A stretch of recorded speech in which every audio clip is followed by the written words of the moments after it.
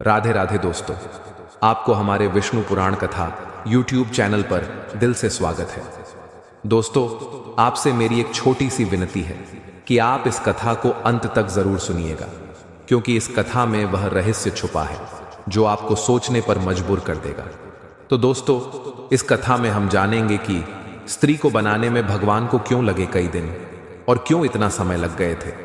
दोस्तों, आज इसी टॉपिक पर मैं एक कथा आपको सुनाने जा रहा हूं। स्त्री को बनाने में भगवान को क्यों लगे कई दिन, दोस्तों, जिसे हम सुनाएंगे आपको इस कथा के माध्यम से। दोस्तों, जब भगवान ने स्त्री की रचना करनी चाहिए तो वह इतनी सहज नहीं थी जैसे अन्य जीवों की रचना थी। स्त्री कोई साधारण संरचना नहीं, वह भावनाओं, कर्तव्य, ममता, त्याग और शक्ति का संगम है। भगवान को क्यों लगे कई दिन उसकी रचना में? क्या कारण था कि स्वयं सृष्टिकर्ता को भी रुकना पड़ा?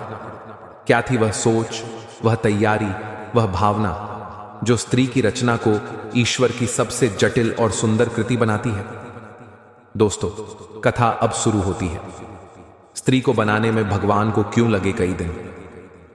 जब भगवान ब्रह्मा जी ने इस सृष्टि की रचना की तो उन्होंने जल, वायु, अग्नि, पर्वत, वृक्ष और अनेक जीवों को चुटकियों में बना दिया। मनुष्य भी बनाया, पुरुष रूप में। पर जब उन्होंने स्त्री की रचना करनी चाहिए तो वह प्रक्रिया कठिन और लंबी हो गई। ब्रह्मा जी जब सृष्टि की रचना कर रहे थे तो उन्होंने देखा कि जीवन में सौंदर्य है, शक्ति है, लेकिन संवेदना और ममता का कहीं आभास नहीं है। तब उन्होंने भगवान विष्णु और शिव से कहा, हे प्रभु, सृष्टि को चलाने के लिए एक ऐसे रूप की आवश्यकता है जो त्याग कर सके, प्रेम बांट सके और दूसरों के लिए स्वयं को समर्पित कर सके। तब भगवान शिव जी ने मुस्कुराए और बोले, ऐसी रचना कोई सामान्य नहीं होगी। उसे रचने में तुम्हें समय लगाना पड़ेगा, क्योंकि उसमें तुम केवल शरीर नहीं, आत्मा को भी भावनाओं से भरोगे। तब ब्रह्मा जी ने ध्यान में लीन हो गए। उन्होंने पंच तत्वों से स्त्री के शरीर का निर्माण किया, परंतु जैसे ही वे उसका हृदय रचने लगे, उनकी तपस्या टूट जाती। हर बार जब वे स्त्री के हृदय को भावनाओं से भरते, उसमें ममता इतनी भर जाती कि वह रो पड़ती। जब वे उसमें शक्ति भरते तो वह तेज से चमकने लगती। हर भाव, हर गुण को संतुलित करना कठिन हो गया। तब एक दिन नारद मुनि ने भगवान से पूछा, हे प्रभु, आपने तो इस ब्रह्मांड की रचना कुछ ही दिनों में कर दी, फिर यह स्त्री के निर्माण में ब्रह्मा जी को इतना समय क्यों लग रहा है? तब भगवान ब्रह्मा जी मुस्कुराए और बोले, नारद, स्त्री कोई सामान्य रचना नहीं, यह सृष्टि की धुरी होगी। यह मां बनेगी, बहन बनेगी, पत्नी बनेगी, बेटी बनेगी और हर रूप में वह संपूर्ण होगी, परंतु फिर भी वह किसी से कुछ नहीं मांगेगी। फिर भगवान ने कहा, स्त्री को केवल सुंदर नहीं, सहनशील, बुद्धिमती, करुणामयी, संघर्षशील और अनुशासित बनाना है। उसके भीतर वो क्षमता होनी चाहिए कि वह संसार को जन्म दे और फिर उसी संसार का बोझ अपने कंधों पर लेकर मुस्कुराते हुए चले। इसीलिए जब स्त्री का निर्माण हुआ तो उसमें सूर्य का तेज, चांद की शीतलता, पृथ्वी की सहनशीलता, गंगा की पवित्रता और अग्नि की प्रचंडता सब समाहित किए गए। जब उसकी आंखें बनाई गईं तो वे इतनी गहराई लिए थीं कि हर भाव उसमें समा सके। उसमें प्रेम भी था, पीड़ा भी, आशा भी थी, आंसू भी। भगवान बोले, ये आंखें केवल देखने के लिए नहीं होंगी, ये दुनिया को समझने, पढ़ने और उसके हर रंग को आत्मसात करने की शक्ति रखेंगी। भगवान ने जब उसका हृदय बनाया तो उसमें मां की ममता, पत्नी का समर्पण, बेटी का उत्साह और बहन का सहारा रख दिया। फिर नारद मुनि बोले, हे प्रभु, स्त्री तो हर रूप में एक देवी प्रतीत होती है। तब भगवान ब्रह्मा जी मुस्कुराए और बोले, हाँ नारद, यही कारण है कि इसे रचने में मुझे कई दिन लगे, क्योंकि यह रचना नहीं, प्रेम और शक्ति की प्रतिमूर्ति है। दोस्तों, अभी आपने जाना कि स्त्री को बनाने में भगवान को क्यों लगे कई दिन, पर यह रचना केवल शारीरिक नहीं थी, इसके पीछे एक दिव्य उद्देश्य था। भगवान ने स्त्री को आंसू का वरदान क्यों दिया? क्यों उसके हृदय को संसार से बड़ा बताया गया? जब स्त्री का शरीर और हृदय पूर्ण हो चुका तो ब्रह्मा जी ने उसमें प्राण फूंकने से पहले भगवान विष्णु से पूछा, हे प्रभु, स्त्री के पास भावनाएं तो होंगी, लेकिन जब भावनाएं बोझ बनेंगी तब वह स्वयं को कैसे संभालेगी? उसे ऐसा क्या दिया जाए जो उसे फिर से उठा के खड़ा कर सके। तब भगवान विष्णु जी बोले, मैं उसे आंसू दूंगा, लेकिन ये आंसू केवल दुर्बलता नहीं होंगे, ये उसके भीतर की पीड़ा को बहा देंगे, ये उसकी आत्मा को शुद्ध करेंगे, ये उसे रोने देंगे ताकि वो फिर मुस्कुरा सके। तब नारद मुनि चकित होकर बोले, परंतु प्रभु, आंसू तो कमजोरी की निशानी होते हैं। फिर भगवान विष्णु जी ने मुस्कुराकर कहा, नहीं नारद, स्त्री के आंसू कमजोरी नहीं, उसकी ताकत होंगे। जब कोई पुरुष गलत होगा तो यही आंसू उसका हृदय पिघला देंगे। जब दुनिया उसे अपमानित करेगी तो यही आंसू उसके भीतर फिर से एक दुर्गा को जगा देंगे। तब भगवान ब्रह्मा जी ने कहा, स्त्री एक ही समय पर कोमल भी है और कठोर भी, माफ भी करती है और जवाब भी देती है, जीवन भी देती है और मृत्यु से लड़ भी जाती है। यही कारण है कि इसके निर्माण में मुझे दिन नहीं युगों का अनुभव लगाना पड़ा। तब भगवान शिव जी बोले, हे विष्णु, इस स्त्री को तुमने इतने सारे गुणों से भर दिया है, लेकिन क्या यह अकेले इन सब दायित्वों को निभा पाएगी? फिर विष्णु जी बोले, नहीं महादेव, इसलिए मैं इसे देवी का रूप दूंगा। जब यह मां के रूप में होगी तो अन्नपूर्णा बनेगी, जब यह युद्ध करेगी तो दुर्गा होगी, जब यह अपमानित होगी तो काली बन जाएगी, और जब यह प्रेम करेगी तो राधा कहलाएगी। स्त्री घर नहीं, जीवन का केंद्र है। तब नारद मुनि बोले, हे प्रभु, क्या स्त्री केवल घर तक सीमित रहेगी? फिर भगवान ने गंभीर होकर कहा, नहीं नारद, स्त्री का स्थान केवल चूल्हा चौका नहीं, बल्कि वह सृष्टि के हर कार्य की धुरी होगी। पुरुष यदि घर बनाएगा तो स्त्री उसे मंदिर बनाएगी। पुरुष यदि धन कमाएगा तो स्त्री संसार चलाएगी। पुरुष यदि वंश बढ़ाएगा तो स्त्री संस्कार देगी। तब भगवान ब्रह्मा जी ने कहा, वह केवल स्त्री नहीं, देवी है, इसलिए इस रचना को केवल स्त्री कहना उचित नहीं। यह तो देवी है, यह जगत जननी भी है और शक्ति भी। यह केवल शरीर नहीं, यह संवेदना, करुणा और चेतना का स्रोत है। संसार में जो कुछ भी सुंदर, पवित्र और प्रेममयी है, वह स्त्री से ही जन्म लेता है। दोस्तों, इसलिए भगवान को स्त्री की रचना में कई दिन लगे, क्योंकि वह केवल एक शरीर नहीं गढ़ रहे थे, वह एक जीवित चमत्कार रच रहे थे। जब स्त्री इस संसार में आई तो सबसे पहले किसने उसका सम्मान किया? क्या स्वयं भगवान ने उसके चरण क्यों छुए? जब स्त्री की रचना पूर्ण हुई और भगवान ने उसमें प्राण डाले तो संपूर्ण सृष्टि मंत्र मुग्ध हो गई। देवताओं ने देखा, यह रचना पुरुष जैसी नहीं, यह तो उसे पूर्ण करने वाली शक्ति है। वह न अधिक बोल रही थी, न कोई आदेश दे रही थी, पर उसकी मौन उपस्थिति ही सबको शांति, ऊर्जा और श्रद्धा से भर रही थी। तब भगवान ने उसके चरणों की ओर देखा। फिर नारद मुनि ने आश्चर्य से पूछा, हे प्रभु, आप इसकी आंखों, इसके हृदय और इसकी सहनशीलता की प्रशंसा कर चुके हैं, लेकिन अब आप इसके चरणों की ओर क्यों देख रहे हैं? तब भगवान ब्रह्मा जी बोले, हे नारद, यह स्त्री संसार की धुरी होगी। इसके चरणों में मैं 3 गुण स्थापित कर रहा हूं: संघर्ष सहने की शक्ति, हर दिशा में चलने की क्षमता और कभी ना थकने वाली सहनशीलता। तब भगवान ने झुककर उसके चरण स्पर्श किए। यह देखकर समस्त देवता चकित हो गए। नारद बोले, हे प्रभु, आप स्वयं इस रचना के चरण छू रहे हैं?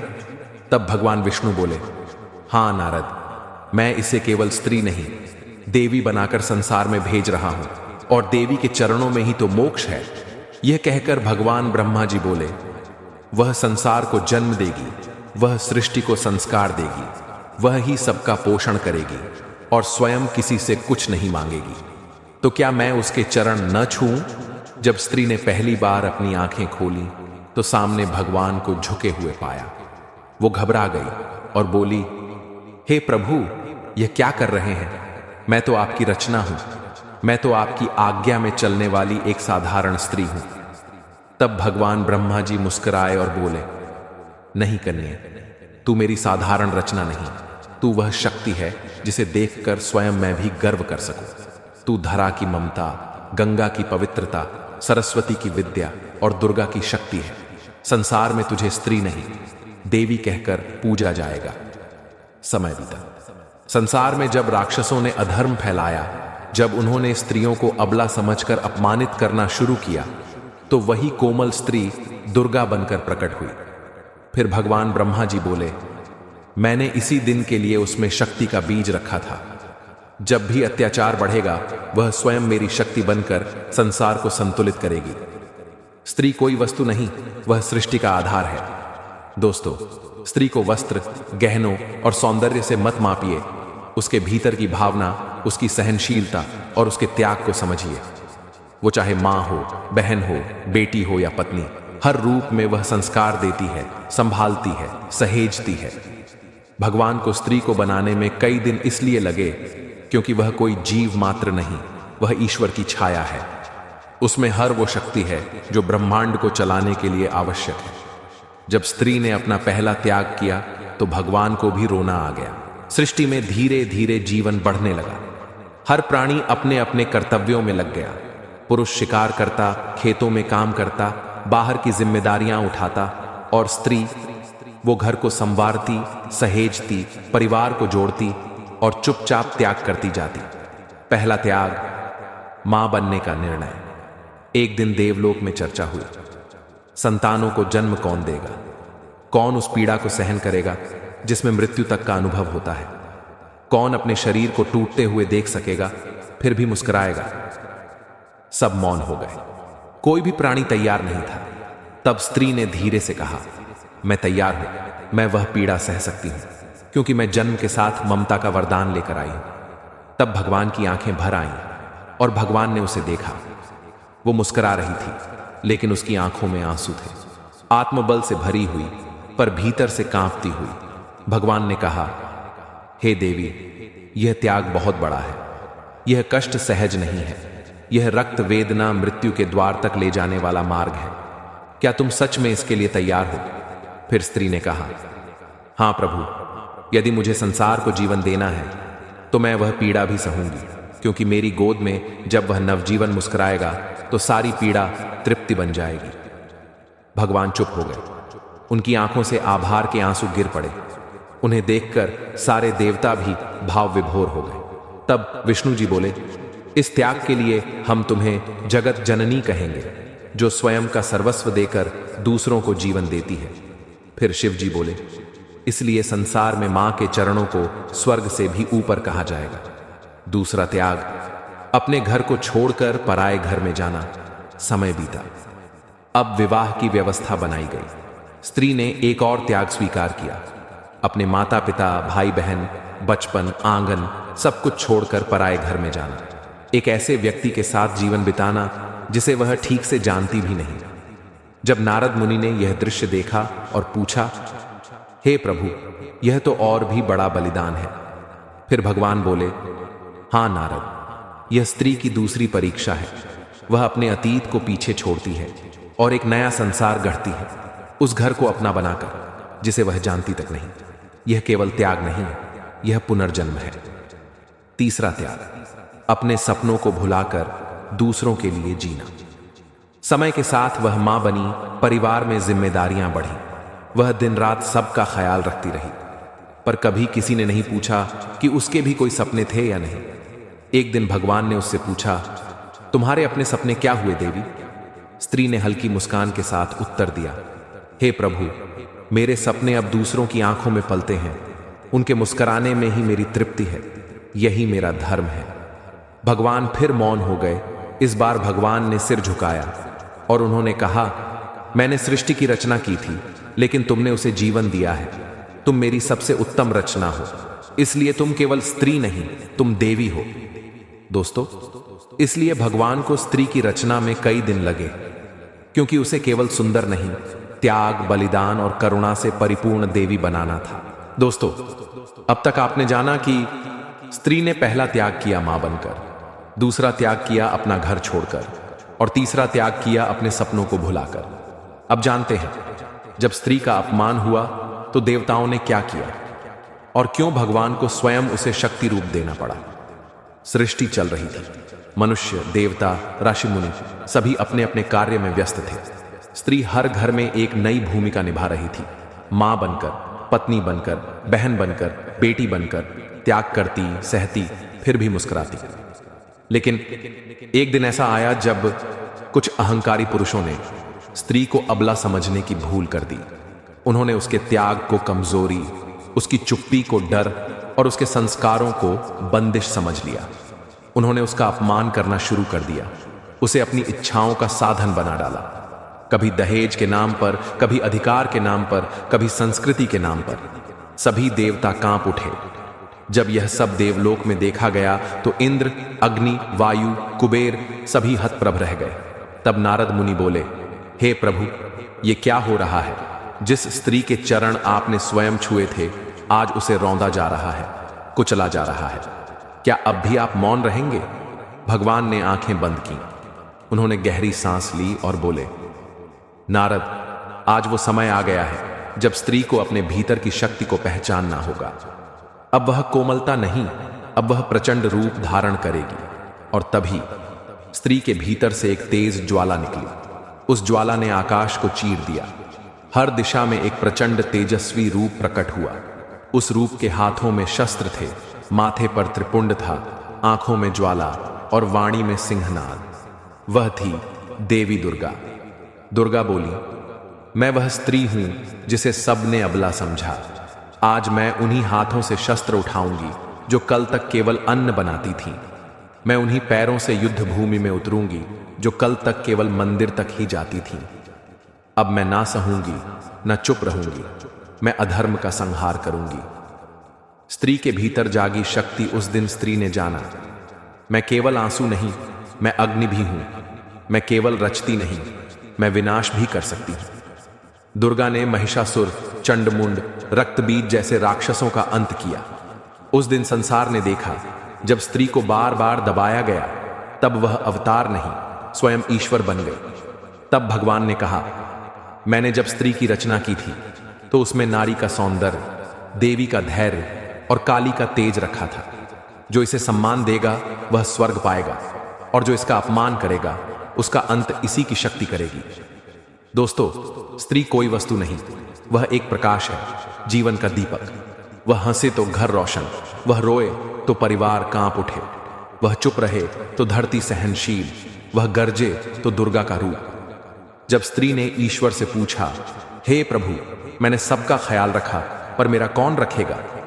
तब भगवान ने उसे क्या उत्तर दिया?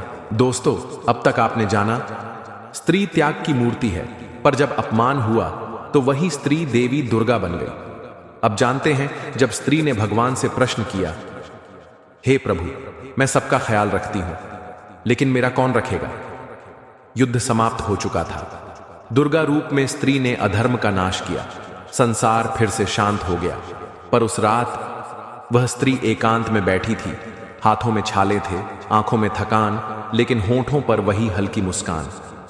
तभी उसने नभ की ओर देखा और गहराई से पूछा, हे प्रभु, मैंने सबका ख्याल रखा, किसी का पुत्र बनकर, किसी की पत्नी बनकर, किसी की मां बनकर, किसी की बहन बनकर, मैंने हर रूप में त्याग किया, सहा, संजोया।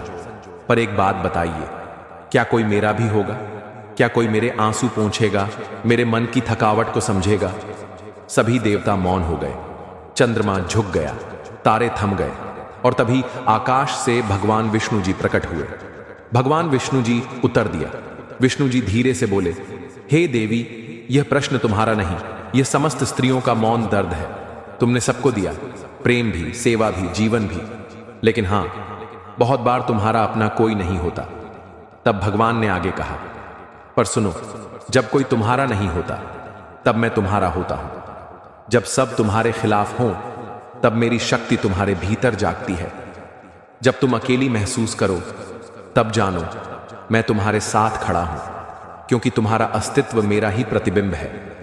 जब तुम हंसती हो मैं प्रसन्न होता हूं, जब तुम रोती हो मेरा हृदय कांपता है, और जब तुम अपमानित होती हो तो मैं स्वयं अशांति में चला जाता हूं। स्त्री की आंखों में आंसू आ गए और उसने मुस्कुराकर पूछा, हे प्रभु, आप कहते हैं आप मेरे अपने हैं, तो क्या आप मेरे लिए फिर कभी संसार को झकझोरेंगे? तब भगवान ने उत्तर दिया, हां देवी, जब भी तुम्हारे सम्मान पर कोई प्रश्न उठेगा मैं स्वयं प्रकट हो जाऊंगा, या फिर तुम स्वयं शक्ति, काली, दुर्गा बनकर संसार को जगा दोगी। मैं तुम्हें अबला नहीं, शक्ति बनाकर भेजता हूं। इसीलिए तुम्हारी रचना में मुझे कई दिन लगे थे। दोस्तों, यह कथा कोई पुरानी पौराणिक गाथा नहीं, यह हर स्त्री की अंतःपीड़ा की सजीव झलक है, जो दिन रात सबके लिए जीती है, लेकिन जब अकेली होती है तो सिर्फ एक ही प्रश्न पूछती है, मेरा कौन है?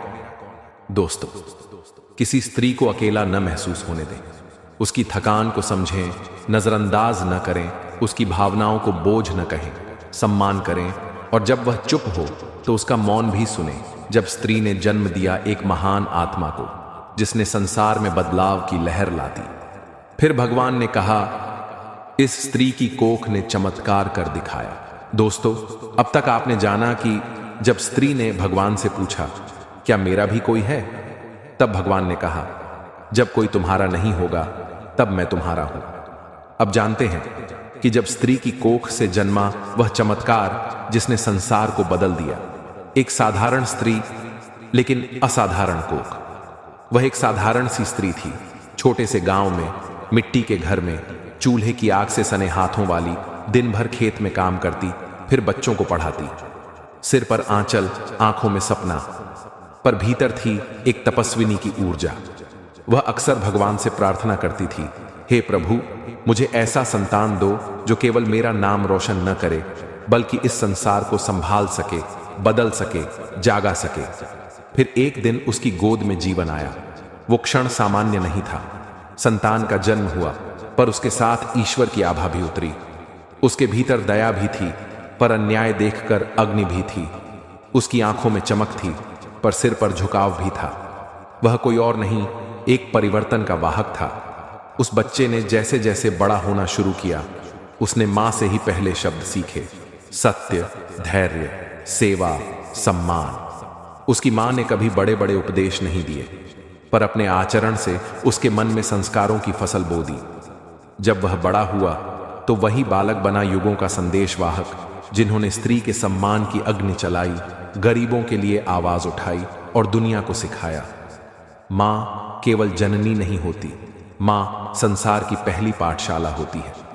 तब भगवान ने कहा, मैंने स्त्री को इसीलिए जननी कहा है, क्योंकि वह सिर्फ जीवन नहीं देती, विचार भी देती है, संस्कार भी देती है।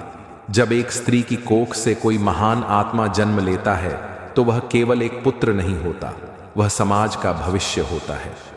नारी का हर जन्म एक नवयुग की शुरुआत। हर बार जब कोई महान आत्मा धरती पर आती है तो पीछे कोई अज्ञात मां होती है, जो चुपचाप तपस्या की तरह अपने बच्चे को संस्कार देती है, सेवा सिखाती है और समाज के लिए उपहार बना देती है।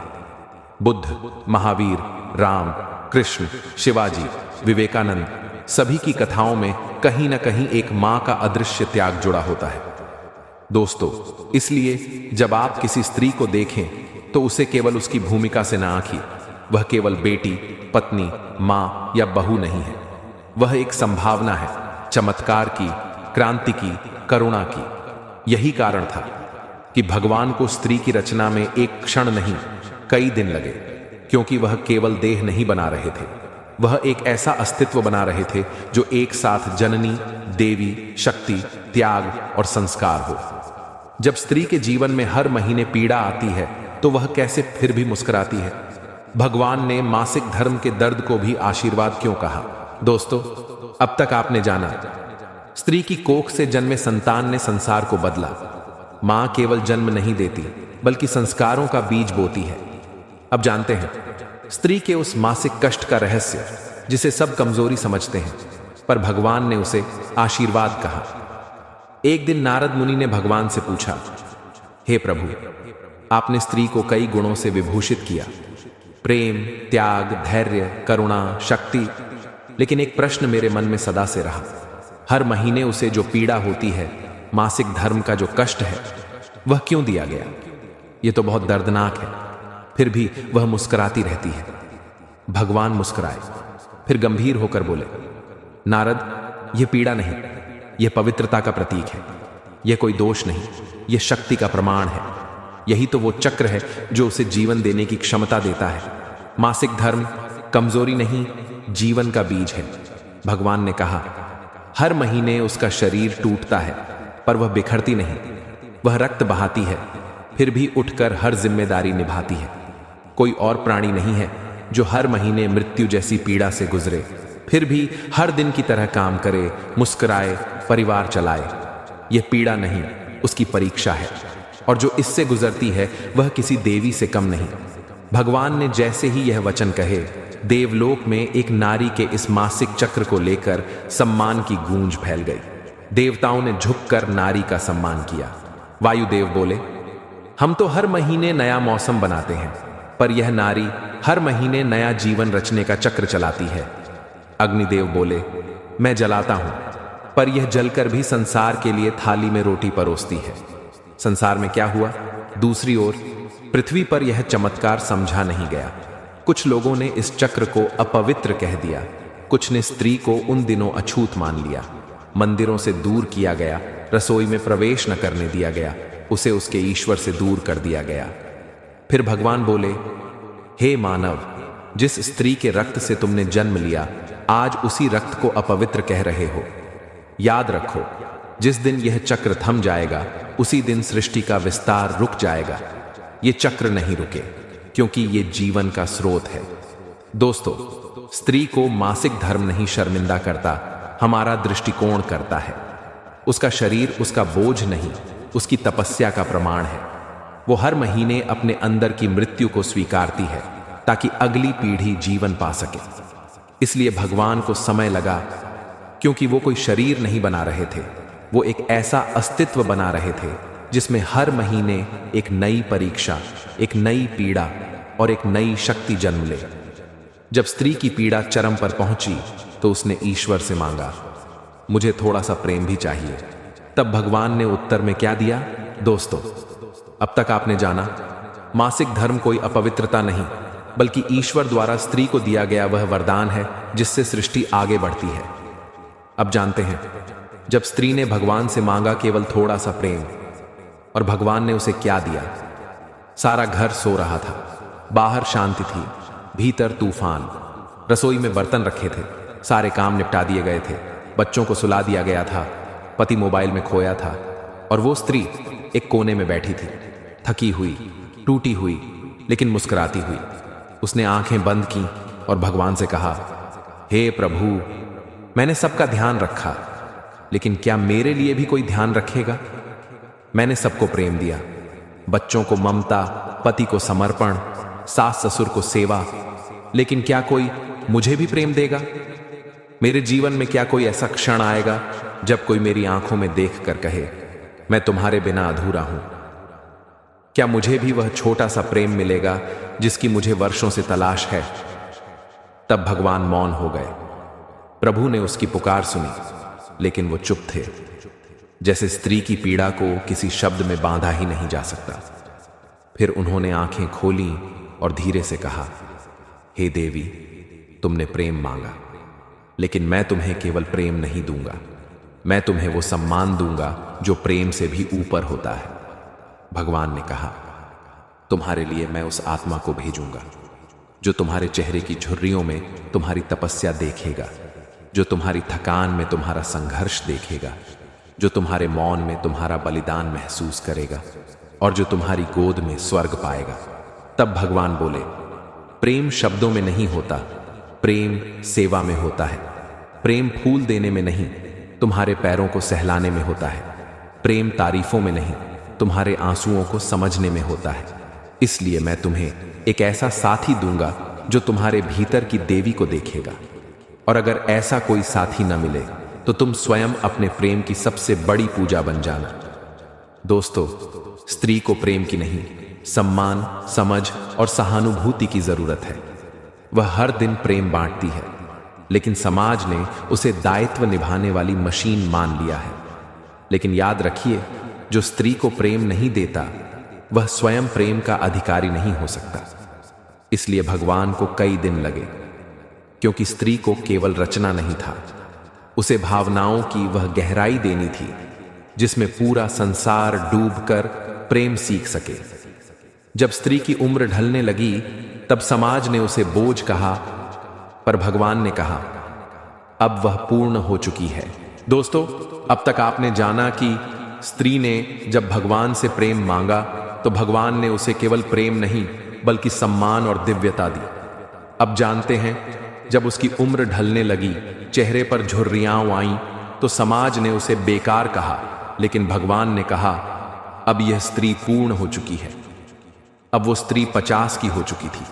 बालों में सफेदी दिखने लगी थी, चेहरे पर उम्र की रेखाएं गहरी होने लगी थीं और शरीर में पहले सी फुर्ती नहीं रही थी। घर के लोग धीरे धीरे कहने लगे, अब मां को आराम करना चाहिए। अब अम्मा से क्या उम्मीद करें? अब तो बस पूजा पाठ करें, उम्र हो गई है। कभी कभी वही पति जिसके लिए उसने सपने छोड़ दिए थे कह बैठता, अब तुम पहले जैसी नहीं रही। वो चुप रहती थी, उसने कुछ नहीं कहा, बस एक बार फिर अपने सिर के आंचल को ठीक किया, रसोई में गई और वहीं चाय बनाकर सबके सामने रख दी। पर उस रात जब सब सो गए तो उसने ईश्वर से फिर पूछा, हे प्रभु, अब मेरी उपयोगिता खत्म हो गई है, अब मैं क्या हूं? क्या मेरा अस्तित्व सिर्फ सेवा करने तक ही था? भगवान की करुणा जाग उठी। ईश्वर ने एक पल को आंखें बंद की और फिर मुस्कुराकर बोले, हे स्त्री, जब बीज अंकुर बनता है तब वह युवा होता है, जब अंकुर वृक्ष बन जाता है तब वह पूर्ण होता है। तुम अब वृद्ध नहीं, तुम अब पूर्णता को प्राप्त कर चुकी हो। भगवान बोले, अब तुम्हारे भीतर अनुभव है जो किसी पुस्तक में नहीं, केवल जीवन में मिलता है। अब तुम्हारी मुस्कान में तपस्या है, अब तुम्हारे स्पर्श में मां का आशीर्वाद है, अब तुम्हारी आंखों में संसार का सार है। यह झुर्रियां नहीं, यह तुम्हारे त्याग की लकीरें हैं। यह सफेद बाल नहीं, यह हर दुख को चुपचाप सह जाने की चमक है। अब तुम स्त्री नहीं, अब तुम मात्र शक्ति हो जो केवल जन्म नहीं देती बल्कि समाज को दिशा देती है। भगवान ने आगे कहा, तुम अब वह दीपक हो जो खुद जल चुका है पर दूसरों के जीवन में रोशनी बांट रहा है। तुम अब वह वृक्ष हो जो फल न सही पर छाया जरूर देता है। और इसलिए मैं कहता हूं, अब तुम मेरी पूर्ण रचना बन चुकी हो। दोस्तों, स्त्री की उम्र कभी उसका मूल्य नहीं घटाती। वो हर उम्र में अलग रूप से सुंदर होती है। में प्रेरणा, अधेड़ में शक्ति और वृद्धावस्था में आशीर्वाद होती है। भगवान को इसलिए लगे कई दिन, क्योंकि स्त्री को हर काल, हर अवस्था, हर परिस्थिति में दिव्य और उपयोगी बनाना था। उसे हर समय के लिए तैयार करना था। उसे ऐसा बनाना था कि वह बचपन में बेटी, युवावस्था में प्रेम, मातृत्व में शक्ति और बुढ़ापे में मार्गदर्शक बन सके। जब स्त्री के जीवन का अंत समीप आया तब भगवान ने स्वयं आकर क्या कहा और कैसे किया उसे दिव्यता में विलीन। दोस्तों, अब तक आपने जाना, जब स्त्री की उम्र ढलने लगी तो समाज ने उसे उपेक्षित किया, लेकिन भगवान ने कहा, अब वह पूर्ण हो चुकी है। अब जानते हैं, जब स्त्री के जीवन का अंत समीप आया तब भगवान स्वयं उसके पास आए और जो कहा उसने स्वर्ग को भी भावुक कर दिया। एक सर्द रात और थक चुकी सांसें वो स्त्री अब बिस्तर पर थी। शरीर कमजोर हो चुका था, सांसें धीमी थीं, आंखें बंद, पर चेहरे पर वही संतोष की मुस्कान। बेटा अब बड़ा हो चुका था, बहू उसकी सेवा में थी, पोते पोतियां उसके चारों ओर बैठे थे, पर वो चुप थी, बोल नहीं रही थी, बस अंत की प्रतीक्षा कर रही थी। और तभी कमरा रोशनी से भर गया, चारों ओर दिव्य प्रकाश फैल गया। गंधर्वों की वीणा बजने लगी, कमरे का ताप बदल गया और सभी चौंक कर खड़े हो गए। भगवान विष्णु स्वयं प्रकट हुए। पीछे लक्ष्मी जी, शिव जी और ब्रह्मा जी भी साथ थे। भगवान ने स्त्री की ओर देखा। वो अब भी शांत थी, लेकिन उसके बंद हो चुके होंठ अब कांपने लगे। प्रभु, क्या अब मुझे बुला रहे हैं? क्या मेरा कार्य पूर्ण हुआ? भगवान मुस्कुराए और बोले, नहीं बेटी, तुमने केवल कार्य पूरा नहीं किया, तुमने मुझे स्वयं को पहचानने में मदद की है। हे स्त्री, तुमने बेटी बनकर मां बाप को संभाला, बहन बनकर भाई को सिखा दिया स्नेह, पत्नी बनकर एक पुरुष को मनुष्य बनाया, मां बनकर सृष्टि को आगे बढ़ाया और अब दादी नानी बनकर ज्ञान बांट रही हो। तुमने कभी कुछ मांगा नहीं, लेकिन सबको सब कुछ दिया। और आज मैं तुम्हें लेने स्वयं आया हूं, क्योंकि तुम स्वर्ग की नहीं, परम धाम की अधिकारिणी हो। भगवान ने आगे कहा, तुम्हारे आंसुओं से मैंने करुणा सीखी, तुम्हारे मौन से मैंने सहनशीलता सीखी, तुम्हारे त्याग से मैंने सेवा सीखी और तुम्हारे प्रेम से मैंने ईश्वरत्व को अनुभव किया। अब तुम्हारा शरीर विश्राम करेगा, लेकिन तुम्हारी आत्मा मेरी शक्ति बनकर सदा सर्वदा जीवित रहेगी। स्त्री ने आंखें खोली और पहली बार किसी ने उसके चरणों को छुआ, न पोता न पति, बल्कि स्वयं भगवान विष्णु ने झुककर उसके चरणों को छुआ और कहा, हे देवी, मैंने तुम्हें कई दिन में बनाया था, लेकिन आज समझ में आया कि हर पल तुम्हारा निर्माण सही दिशा में हो रहा था। आज तुम केवल स्त्री नहीं, मेरी पूर्ण रचना बन चुकी हो।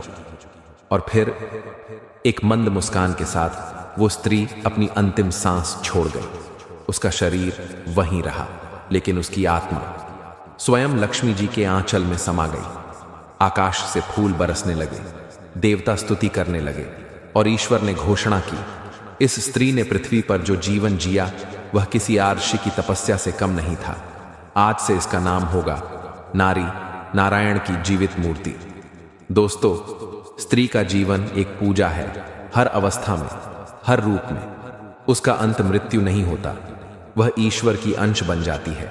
इसलिए भगवान को स्त्री बनाने में कई दिन लगे, क्योंकि वह सिर्फ जीवन नहीं देनी थी, बल्कि ईश्वरत्व को धारण करने वाला स्वरूप बनाना था। अब यह स्त्री आपके जीवन में आपकी माँ, बहन, पत्नी, बेटी, दादी किसी रूप में है, तो उसे केवल रिश्ते के नाम से न पहचाने, बल्कि उसे एक देवी के रूप में देखें। स्त्री को बनाने में भगवान को क्यों लगे कई दिन? इस दिव्य कथा को आप सब ने जिस भाव, श्रद्धा और आत्मीयता से सुना और अनुभव किया, वह स्वयं स्त्री के प्रति आपके सम्मान को दर्शाता है।